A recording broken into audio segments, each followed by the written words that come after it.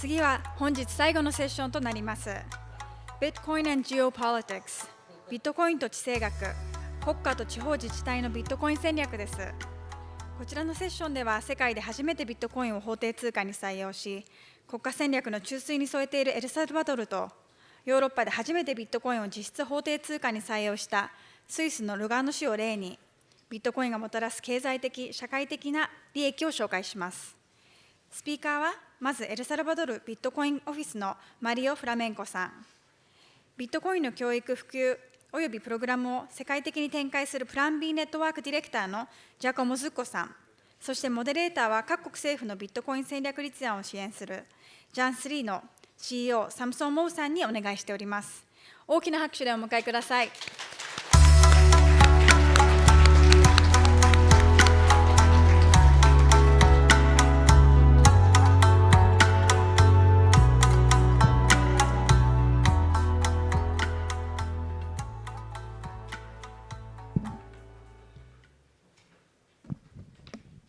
Okay, hello everyone.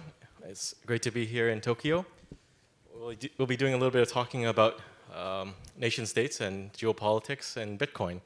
So I'll introduce myself first. I'm the CEO of Jan3. We're a Bitcoin technology company. We're the developer of the Aqua Wallet, and we do a lot of outreach and engagement with countries around the world. Starting from El Salvador originally, we've branched out. We've had engagements with Montenegro, Colombia, and a number of others around the world. Giacomo? Hello, everybody, and thank you for inviting us here. Beautiful to be in Tokyo. I am Giacomo Zucco. I'm the director of Plan B Network. It's a company that is expanding an initiative about Bitcoin education and startup incubation from Lugano, the city we'll talk about during this panel, to the whole world. So we are trying to build a global network of Bitcoin education resources and of physical hubs. Hi, my name is Mario Flamenco. I am a member of the Bitcoin office of El Salvador. El Salvador is the smallest country in the continent of America. And we adopted Bitcoin as a legal tender 3 years ago. And what the Bitcoin office does is we're the keepers of the vision of what Bitcoin maximalism is, because we protect our country from shitcoins.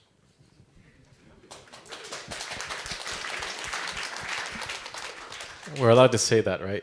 I think so. Of course. Okay, so we'll start first with some more background so you can understand more about Lugano and El Salvador, and I'll be managing the slides for Giacomo. Thank you, Samson. So Lugano is not a nation state yet. We're working on that.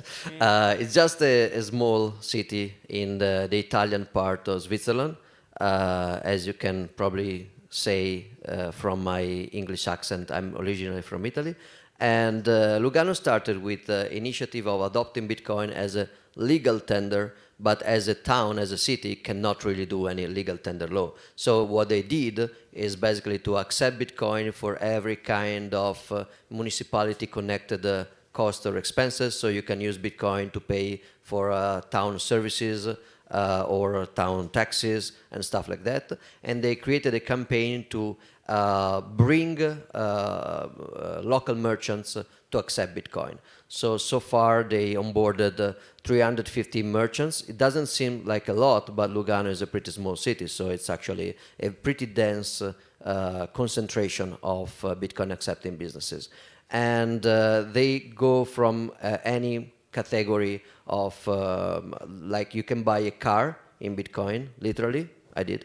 And you can buy a real estate in Bitcoin. I didn't, and that may not be easy, but in theory it's possible. You can buy expensive watches. You can buy not just restaurant bills. So it's not just used for small food-related expenses, but it can be used for something important. Now, spending volumes are still pretty low, very low actually. If the slides are up to date, maybe I can show you something. But the point is that people in Lugano don't really need Bitcoin for spending. Lugano is a very well-banked city, so the unbanked population of Lugano is probably zero. Maybe, I mean, if you exclude children and newborns.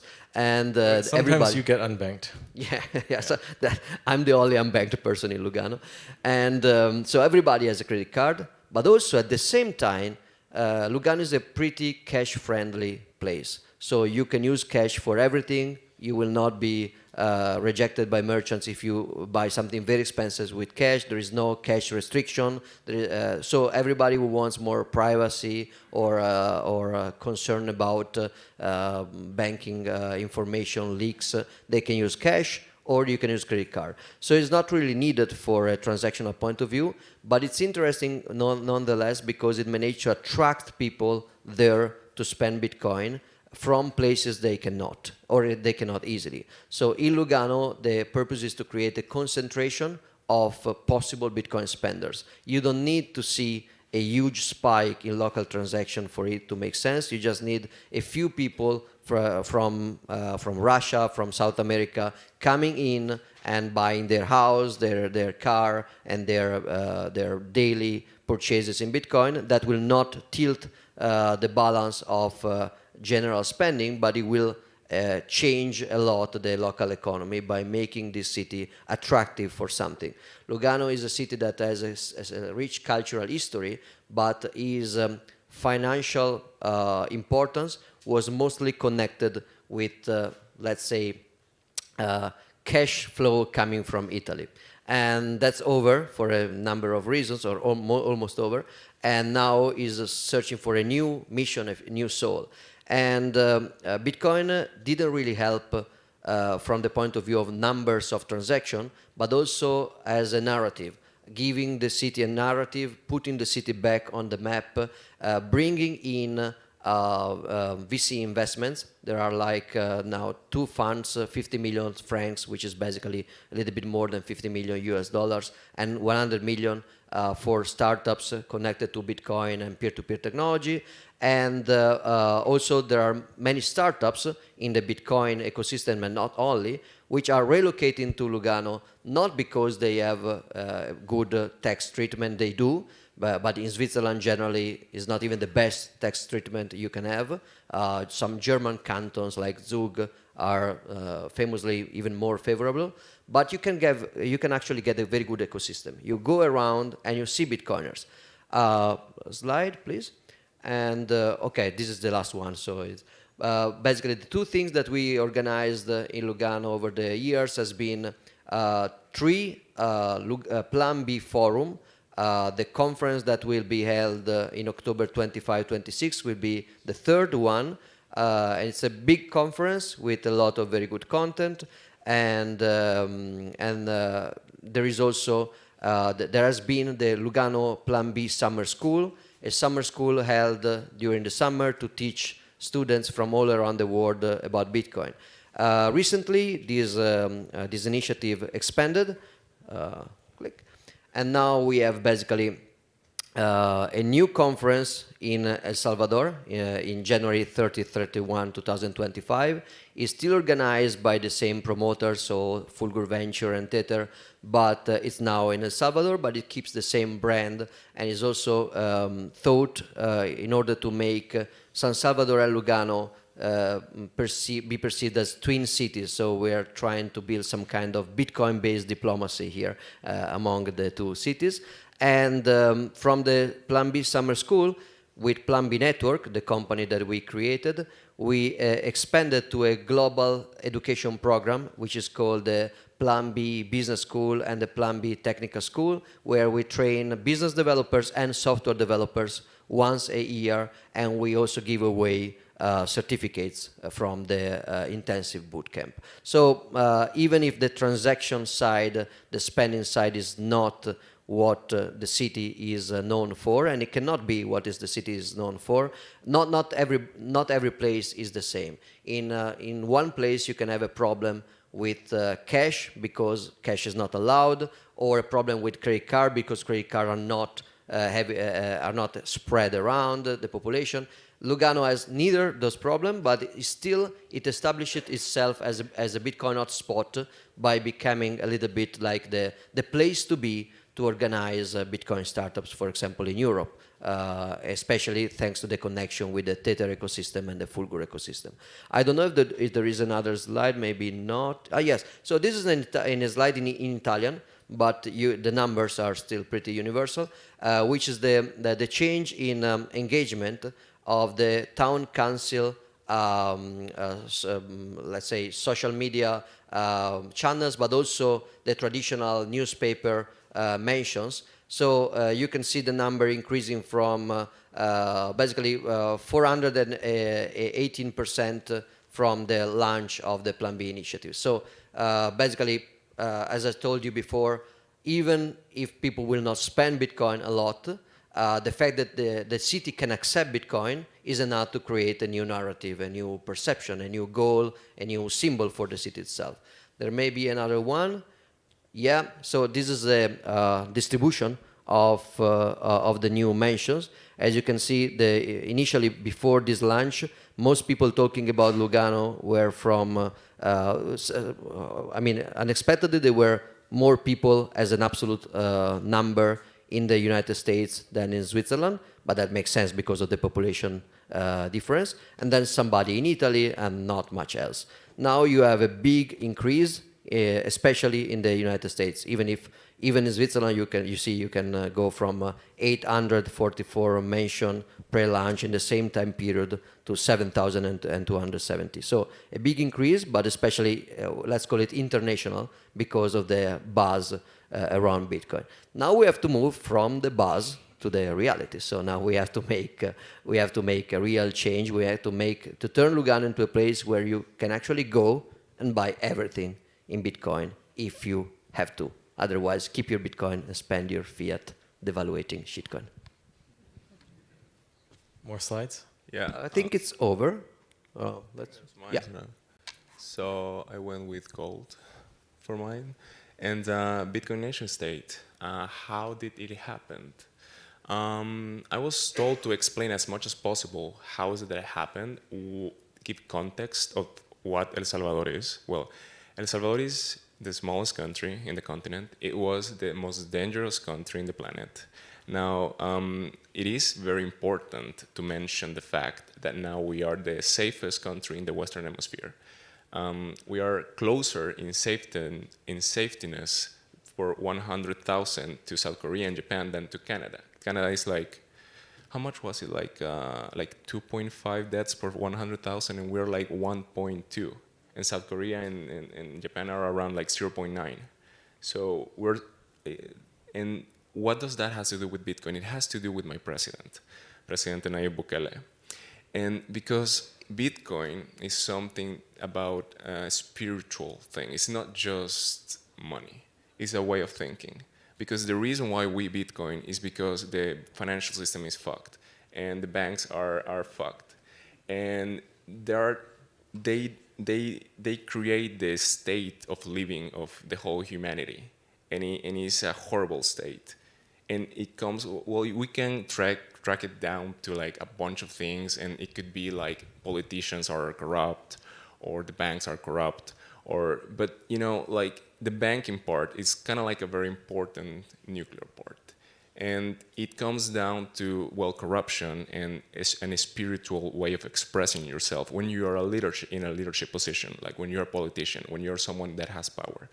And pretty much what happened is that a lot of miracles, kind of like a bunch of like very specific things started to happen, specifically in my country. One of them was the fact that a very interesting leader came up, which is President Bukele, pretty much like someone with values, someone who actually has the conviction to actually change something. He wasn't a politician before. He just became a politician because he was like it's not like he wanted it. It's like there was the spot, it was like the responsibility that he needed to take on to do it. And then also something extremely interesting happened is that there's this little town called El Sonte. We call it Bitcoin Beach now. And what happened is that one day a few foreigners just couldn't pay for some food, and they asked the lady that was selling the food like if she will accept Bitcoin. And she didn't know what that was, but she was like very friendly, and she was like, okay, tell me what Bitcoin is. And she started accepting it, and like a few years later, a full circular economy started in that little town, but like an actual like naturally grown one. Like there was no big company, there was no big personality making it happen. It happened, and that was like, wow, like that was the first one. And then my president noticed that, and like a bunch of Bitcoiners started to go to El Sonte. I think you were one of them. Like Jack Mallers was one of the first ones. And then he was like, well, this thing makes sense. Like he was told what Bitcoin was. He's reasonable enough to take the few years that takes to understand what Bitcoin is. And he was like, well, I'm a president, and this can fucked a bunch of things in the banking system, because the banks hate Bitcoin, and a third world country, depending on loans, depends a lot on those loans. So taking Bitcoin as a legal tender was a huge risk, and we took it and we won. And actually, in the next slides, I think we have like the bonds. Well, actually, I was going to talk about education, but maybe let's go to one of the last ones. The other one. So that's our bonds right now. Like they just keep going up. Like they're the best performing bonds in the emerging markets in the last, I don't know, like 3-5 years or something like that. And here we have some, these are tourism graphs. Like pretty much you can see the the COVID thing, like everything went down and then whoop, up. Why? Because of safety nets, of course, and then Bitcoin. Like El Salvador is kind of like close to the U.S., but it's still a little bit of a stretch, you know, if you want to go there and to do tourism. So Bitcoin, the fact that it's the Bitcoin country, the fact that it's the country of Nayib Bukele, that had a huge impact on the number of people going there, interested just because they want to spend some Bitcoin. Like, I mean, for me, to be honest, it's like super normal. Like everything for me is Bitcoin. I don't even think in dollar terms. I always thinking about sats. But it takes for me to get out of my country to realize how far advanced we are in just that little thing, you know, because it's just little details that in the long term determine the success of something. And in El Salvador, well, you can do everything with Bitcoin. It's not like everybody will accept it, but you will find someone that will sell you that thing for Bitcoin. And so that's the thing. Maybe in the previous slides, the first one. So, you know, like, big surprise, like the first thing to do in terms of Bitcoin adoption was education. Well, we have this Cubo Plus program that Giacomo helped us create. And it's now like commingled and like merged with this Plan B network thing. And that's great, you know, like we're teaching professionals to be Bitcoin professionals. We are trying to explain, well, this is great for you if you take it. Next slide. More tourism. This is like a tourism organization, I think. We were like the 4th fastest growing tourism destination in the planet last year, 35% compared to 2019, which is right before COVID, which is good. And yeah, I don't know if you know this, but we buy 1 Bitcoin every single day, and we've been doing that for like a lot of time now. I think we have like close to 6,000 Bitcoins now. For us, it's a lot. And that's my president. My president uses social media a lot, and he gives me orders, and everybody orders on WhatsApp. So, and yeah, sometimes he even gives orders through Twitter. Like at the first days of his presidency, he will fire people in Twitter. Like, this people is fired, actually. And that's incredible. That says a lot about how we do stuff. Like, when we want to do something, we do it, actually. And if it's not working, we probably don't want to do it, you know, like, so it's, maybe the next one. Oh, my Minister of Tourism sent you guys a hi. I don't know if we can like play it. Maybe someone at the tech. I can't do it. Yeah. Well, she says hi, you know. It's a video. Maybe we'll share it on the Telegram group, you know, later. Next slide. Well, that was it. Oh, that's yours. Wait, this yeah. is mine. This is mine. No, yeah. This is yours. Yeah, that's mine. This is mine. So you're done your part, and then I think okay. we can start to have a discussion now. So this is a map of holdings from countries around the world. The U.S. actually has less than China because a chunk of their holdings belong to someone else, Bitfinex. So China actually has the most, and then recently Bhutan, it was revealed that Bhutan has 13,000, and then El Salvador is doing quite well. For a small country, it has a very large holding. Germany has 0 now, so it's out of date. But I guess we can segue from here. What do you guys think will be the next country that will accumulate a serious amount of Bitcoin in their reserves? So I think that one of the interesting things about El Salvador was that it was a dollarized economy. So many countries around the world don't issue their own national currency, but they basically decided to use or were imposed a foreign currency. This has a very interesting effect because these countries will happen to suffer inflation because the devaluation of the purchasing power of money that will happen when the central bank will print new money will hit them as well, if not even more. But they will not benefit from the hands out that usually come with inflation. For example, not just recently during the lockdown craziness, but even before, during the financial crisis 2008, US issued the TARP agreement, so they print money to save companies, but they save American companies. And the printing of money will devalue the US dollars everywhere in the world. So there are many countries that suffer inflation without getting without being close to the printing press. You know that when you print money, you create something which is called Cantillon effect, which is like a wave. People very close to the money printer will have more money now because there is new money in the market.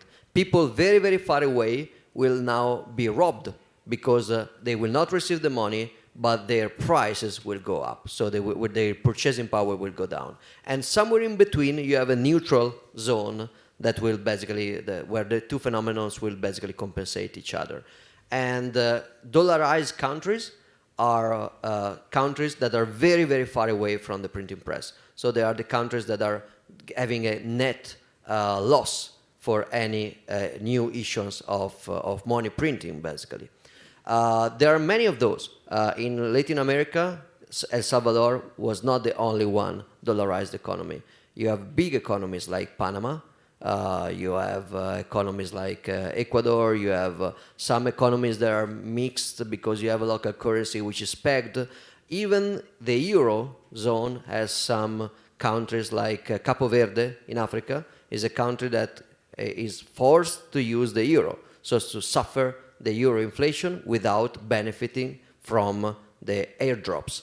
So basically there is a lot of, I think that some of the countries that will benefit more from treasury moves in Bitcoin will be countries that have this kind of, that don't have what is called monetary sovereignty. Monetary sovereign countries, they can benefit from adopting Bitcoin, but the political class will always be a little bit restrained because they will have to give away power. So if you are a government and you have a friend at the central bank and they can print money to bail you out every time you need it, to give away this power will be something good in the end for the population, but very, very hard as a choice. It will have a strong political cost. If you don't have the printing press, your cost to adopt a global store of value is way lower. So I would expect those countries. It's true that right now we are seeing something a little bit paradoxical. The countries that have more Bitcoin reserve are not necessarily countries that are very friendly toward Bitcoin. The US has one of the craziest regulation about Bitcoin businesses ever. The bit license stuff. The Federal Reserve can become a natural enemy of Bitcoin in a way.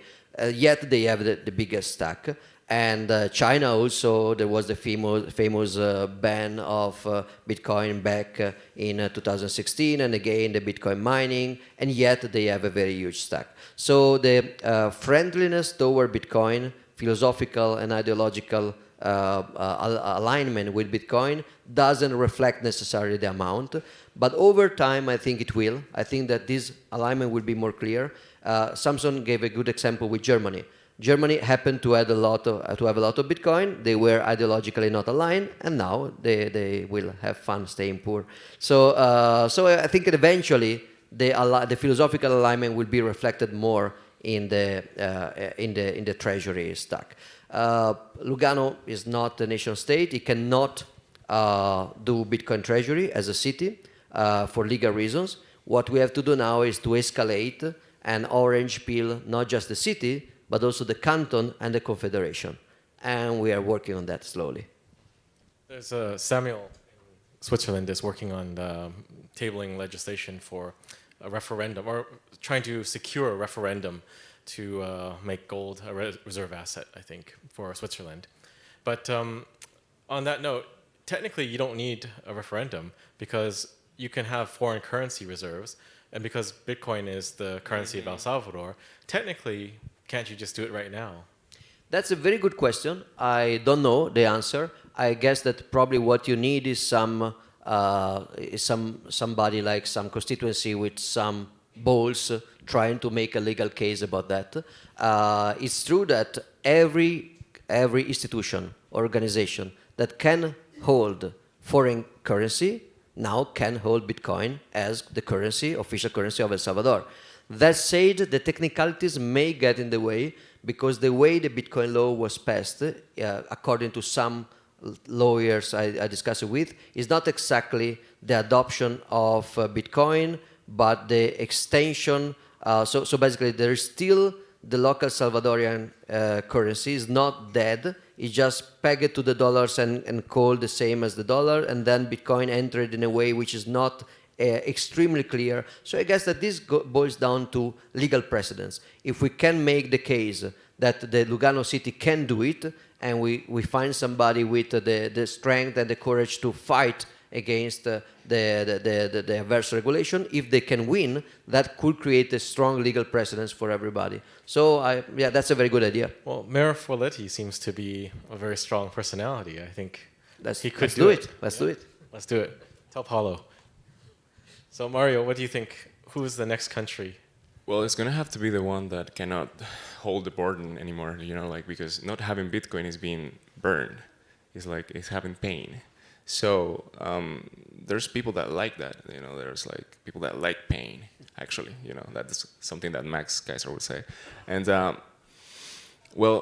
politicians, man, like that's the thing. Like that's the reason we got it, because we actually got a politician in power that actually cares. So I have no idea which country is going to get that lucky, because it's very complicated, because they have treaties with banks, and that's the point. That's the thing. Like that's the thing that hurts the most to a country, because they get financed by these huge institutions, and these huge institutions control what these countries can do or they cannot, because they give them money, but with strings attached, and we just had the balls to do it, and so that's what it takes, balls, and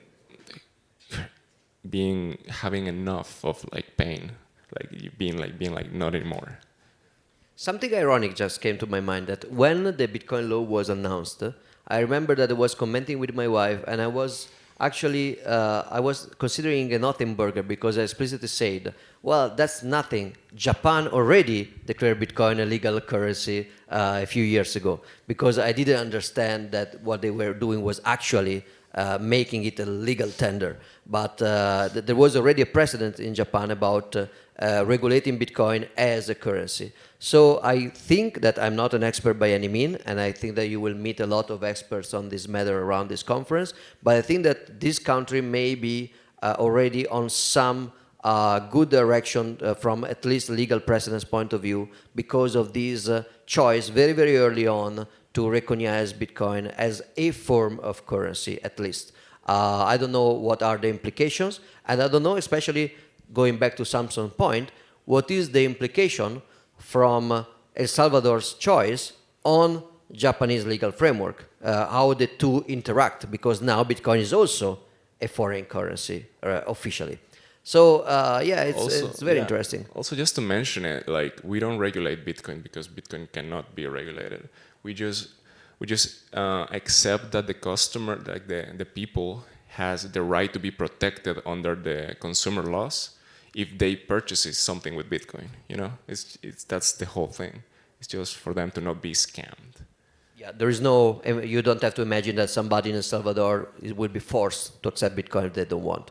If the customer purchases something with Bitcoin and that goes actually to be perfected, then the customer will have rights because he paid with a legal tender.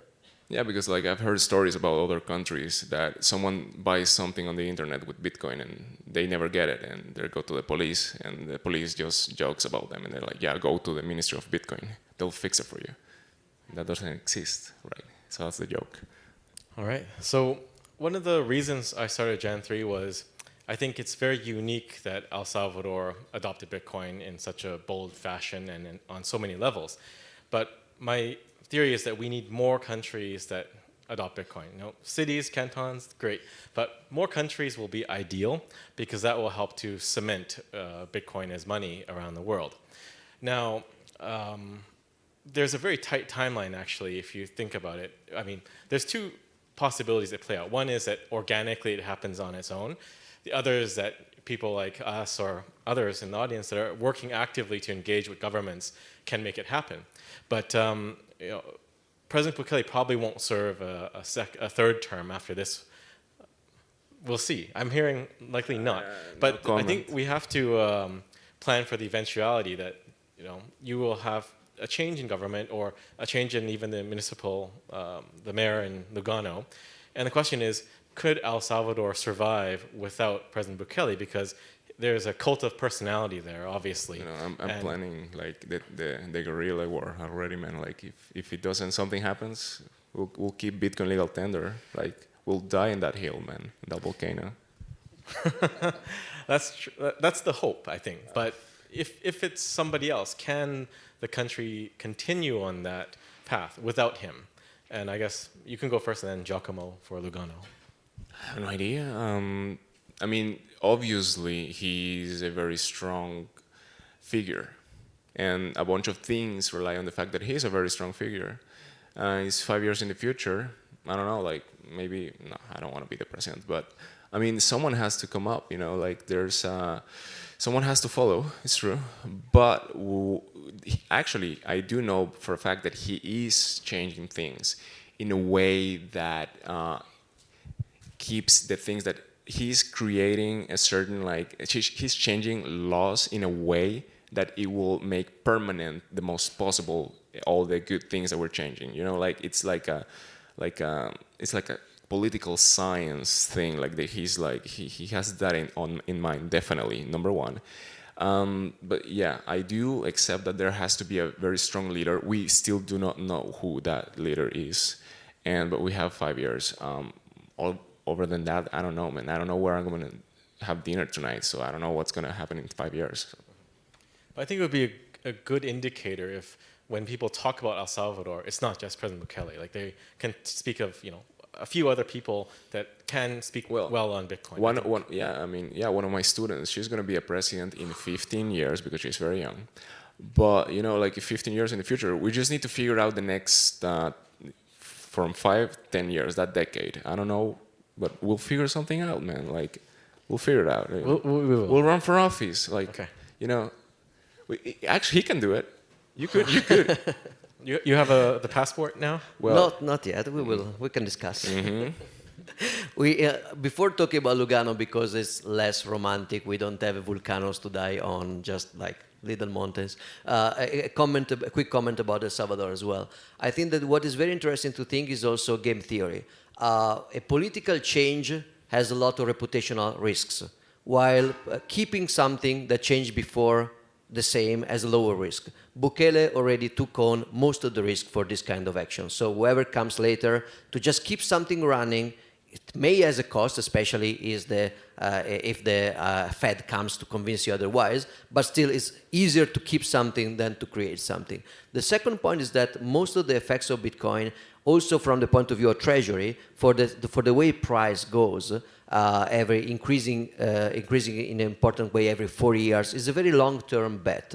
So Bukele is staying there now that the real result of the bet is not yet reaped. So there is some tourism increase, there is a lot of hope. Bitcoin is a symbol of something else, but the Bitcoin riches are probably going to come after these 5 years. Yes. So in a way, we may have a passage of power after the results are more evident and harder to contest and to discuss. And also, the education we were discussing about, we didn't just organize the Cubo Plus, which has students that may become active politically in the future, but also we organized something to educate public servants in El Salvador. So right now, all the public servants in El Salvador had to do a Bitcoin course, which you may just think that we taught them how to use a wallet, but actually we put there a lot of stuff about Austrian economics and cypherpunk ideology, the importance of privacy. All this stuff was included, so not just technical education, but ideological education. So in a way, I think that may help to establish not just a technical knowledge, but also an ideological proximity with Bitcoin's missions. As for Lugano, very simple. It's already like that, but not because of Bitcoin, because of Switzerland. The way Switzerland works is that the guy that ran against the major, the Bitcoin major, his first name is Michele, so we call him Naib Michele. But he didn't win with such a large margin, but he won. And the guy that was running against him was present at the summer school, Bitcoin, Plan B summer school, to give away certificates to the students. So the loser is already working with the administration in order to continue the Plan B experience after this. I would like to take credit for this, for Bitcoin stuff, but this is a typical Swiss traditions. They tend not to destroy what other people do because of the changing political party. Incentives work. Yeah. But there's always a risk, like, Germany sold. So there's always that possibility. But I think if Bitcoin does what it does, it should disincentivize that. I mean, if it does a 10x in 5 years, then you'd get a lot of blowback politically if you suddenly liquidate. It's the best performing asset that you have in the country. And you're using Aqua when you educate the government, right? We can, because we're discussing a lot about layer 2s, and Aqua was, during the high fee spike, the Aqua integration with Liquido is actually a very good use case to teach people how to open channels on a low fee side chain and then swap in. So in a way we do, even if the duty of education is mostly to show you the hard way so that you are prepared for the hard way, while the duty of market product fit is to give you also the easy way. So we try to start from the hard way, like a main chain, self-custody, lightning node, something heavy. Then the people can spontaneously gravitate toward convenience. But we try to push toward sovereignty and staying at the maximum level of censorship resistance. Okay, we're running low on time, so I just want to maybe take the last bit to kind of self-reflect. So if you had to critique your own project, Bitcoin adoption strategy, how would you analyze it and critique yourself? So for El Salvador, Mario, and Lugano. Well, I think that at first we thought that everything was going to be faster, but the thing is that we didn't realize how much inertia there is. And the thing is, inertia is directly proportional to the size of the mass of the thing. So it's a big, regardless of El Salvador being a big small country, we're 6 million people. And to move a nation state that has been doing the same thing for 200 years, that's a lot of inertia. So I think that's the main thing, because at first we thought certain things, and even in Bitcoin in general, in the whole planet, we thought this shit was gonna go to 1 million in tomorrow. Just wait, just wait.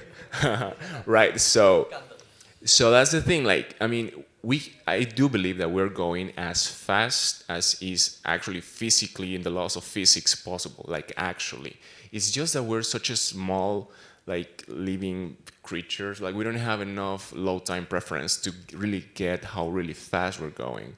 Like, because we're getting like dizzy of how fast it is. So it's expectations, you know, and sometimes expectations were heavy on you because, well, you had them big, but we just need to wait more. We need to have low time preference, and that's it, man, and just keep working hard, and we're gonna get there, and that's it, I think. So Mario mentioned before the importance of Bitcoin maximalism, so basically protecting people from shitcoins, and that is not a joke.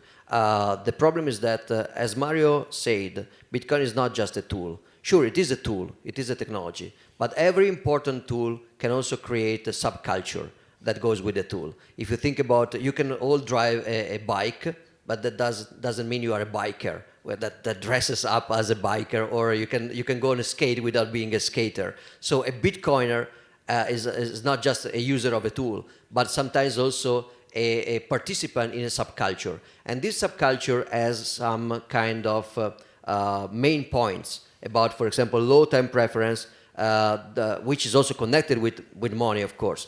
Easy money, printing money, brings the value of saving to zero, so you want to spend and you want to borrow. Instead, hard money will make you wanting to save for the future and build for the future. So that's one. Or I was mentioning the cypherpunk roots of Bitcoin, the importance of privacy, on respecting privacy and defending privacy. This is a core value of Bitcoin. In a way, crypto is not just not Bitcoin, but the crypto hype is anti-Bitcoin in many, many ways. The crypto culture is the apotheosis of high time preference, so very, very short-term thinking, trading, getting rich quick, and many cryptocurrencies will not have an anonymous creator that will disappear. They will have a famous shield that will make everything possible to appear, because everything will be based on fame and popularity, because it's a beauty contest to try to shield some token. So I think that El Salvador was very lucky that the initial adoption was always Bitcoin-centered, so that the crypto brain cancer didn't really invade the country. Now, I mean, it's free. Shitcoiners can organize stuff in El Salvador, but the beginning was so clean that there is a clear divide between Bitcoin and the crypto bubble. In Lugano, we didn't start that clean. We are working on that. A lot of my role is to be annoying with people about that, about purity tests. But I think it's very important because, for example, there is a precedence in Switzerland. There is Zug, this canton and city. They did the crypto valley.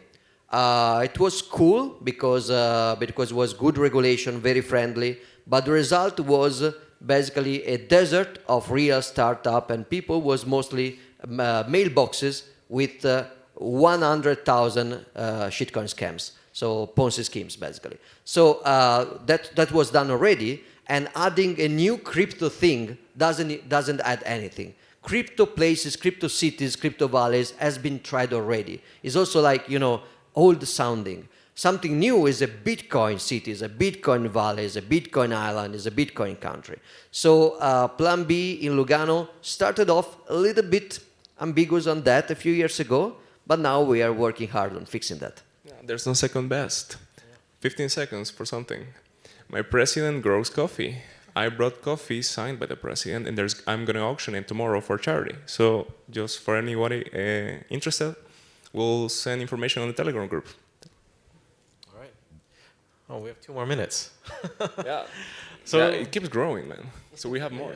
Maybe it's just going in reverse. But I think we can wrap it up. But yeah, thank you for the discussion, and I think it's been a pleasure talking with you, gentlemen. Our pleasure. Thank you. Thank you.